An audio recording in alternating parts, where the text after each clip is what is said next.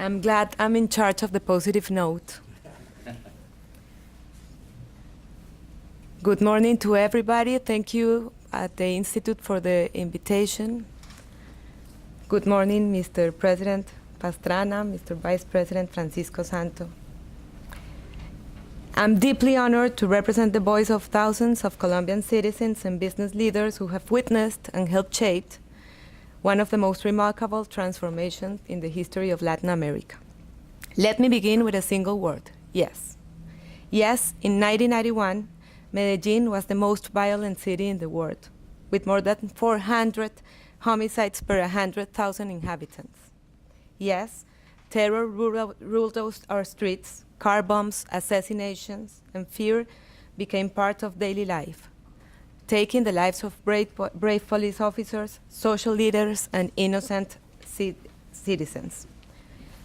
Yes, in the 1980s and the 1990s, illegal armed groups expanded across Colombia, reaching nearly 40,000 criminals, spreading violence through our countryside, and cities alike.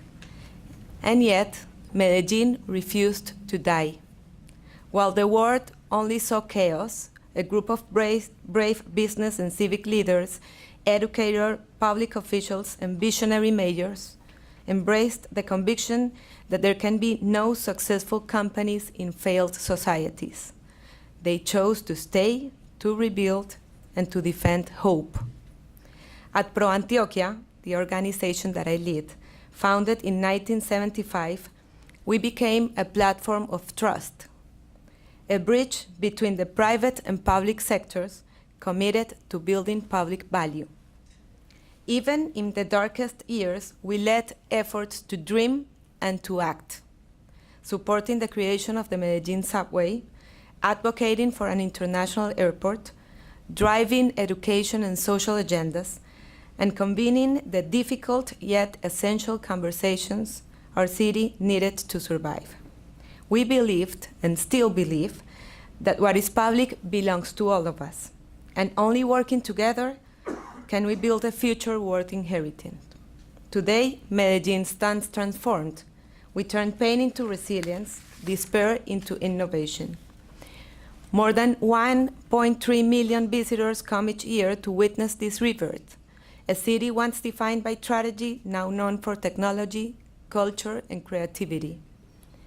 But let us not be deceived. Transformation is never final. Our resilience is tested every single day, especially today. In recent years, Medellin has faced new forms of corruption, populism, and institutional erosion.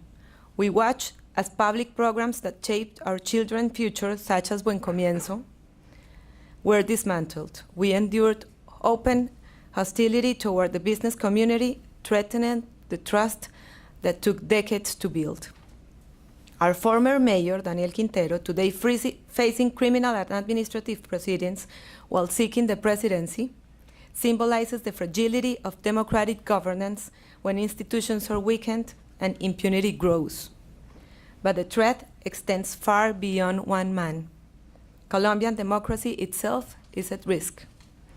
As the United States desertifies Colombia in its anti-narcotics efforts, and the so-called total peace policy empowers illegal armed groups, the private sector in Medellin and Antioquia has decided to take a stand, to support regional governors who resist and to protect institutions that defend democracy. We refuse to surrender to cynicism or chaos.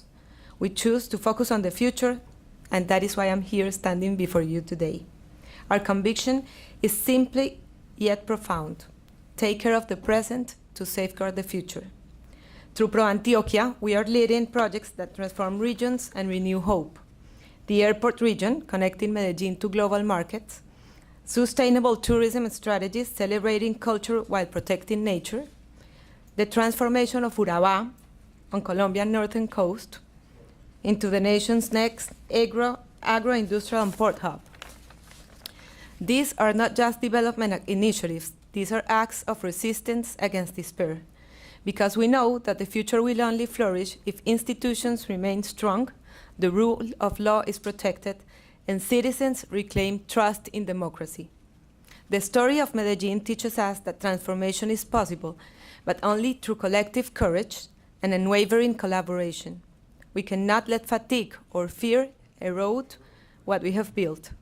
Our fight is not against a city's past, but for a nation's future. So allow me to end as I began, with yes. Yes, we face the growing threat of transnational organized crime. Yes, populist leaders across the region challenge the foundation of democracy. But also yes, in Medellin, in Antioquia, and in Colombia, citizens, business leaders, and entrepreneurs are standing together to defend freedom, rebuild trust, and shape a future of dignity and hope.